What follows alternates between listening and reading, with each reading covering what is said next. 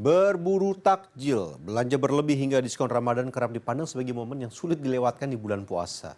Namun, tidak banyak yang menyadari aktivitas ini justru memicu pengeluaran tidak terkendali akibat pola konsumsi berlebih. Lantas, bagaimana mengantisipasinya? Berikut laporan khas redaksi.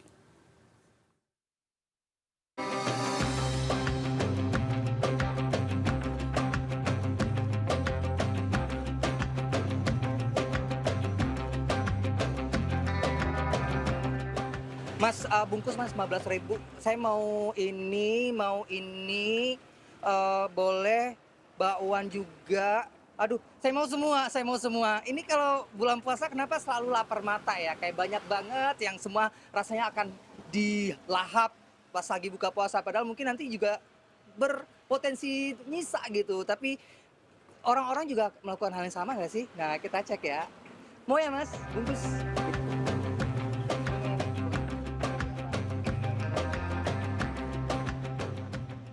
Ramadan identik dengan pengendalian diri. Namun di momen ini justru yang terjadi adalah lonjakan konsumsi. Fakta membeli barang-barang yang tidak perlu justru menjadi hal biasa. Dalam perspektif perilaku ekonomi, sensitivitas orang yang berpuasa terhadap makanan semakin meningkat. Keinginan sesaat kerap diproyeksikan menjadi kebutuhan. Inilah bias sebuah dorongan untuk membeli lebih banyak daripada yang benar-benar dibutuhkan. Iya sih, aku juga ngalamin ya. Soalnya kalau misalkan pergi ke supermarket atau apa kan pasti kan banyak banget yang promo-promo gitu. Jadi kayak udah lapar mata duluan ngeliat diskon-diskon gitu kan. Dorongan ini tak hanya datang dari dalam diri. Deretan jajanan di pinggir jalan, promosi besar-besaran hingga diskon online menciptakan rasa FOMO alias takut kehilangan momentum. Pulang kerja sore-sore gitu ya, ngelihat jalan itu udah padat, kanan kiri jalan itu pasti banyak makanan orang jualan.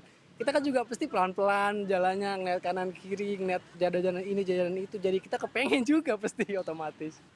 Kalau menurut aku sih ya yang bikin nambah pengeluaran tuh karena harus belanjanya buat lebih banyak gitu loh Mas.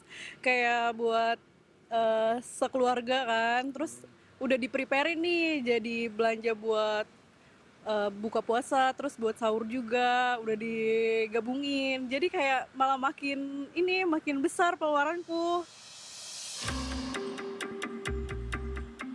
Sementara dalam konteks keluarga, keputusan belanja sering bersifat kolektif dan emosional, bukan berbasis perencanaan rasional. Setiap anggota keluarga terakumulasi menjadi konsumsi yang melampaui kebutuhan. Akibatnya pengeluaran membengkak. Kayak kesempatan aja, kayak ada hal-hal yang makanan yang nggak ada di hari-hari bulan-bulan biasa, ada di bulan Ramadan. Jadinya ya kita coba untuk ya mencari makanan yang adanya di bulan Ramadan aja. Jadinya ya dibilang konsumtif atau enggaknya ya tergantung pribadi masing-masing ya gitu. Kan kadang-kadang kalau bulan puasa tuh suka lapar mata ya. Apalagi ngeliat jajanan banyak gitu kan. Mau ini. Pokoknya di ini aja, mana yang kita suka aja, terus mana yang mana yang mau lah sesuai sama kemauan, jangan lapar mata gitu. Pengamat ilmu keluarga dan konsumen Institut Pertanian Bogor, Megawati Simanjuntak menyebutkan, pengeluaran pangan berpotensi meningkat 10 hingga 20% selama Ramadan. Jadi di kalangan masyarakat budget ya, anggaran pada saat Ramadan itu memang akhirnya naik drastis, gitu ya.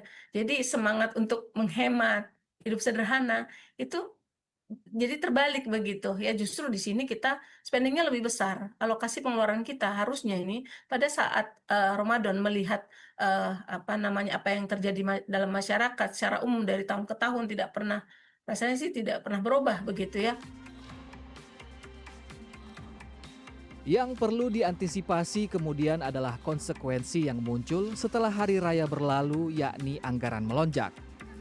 Di sini, masyarakat diharapkan lebih bijak dalam mengatur pengeluaran dan tidak mengambil berbagai tawaran menggiurkan selama Ramadan. Roni Satria, Dwi Ari Prastianto, Jakarta.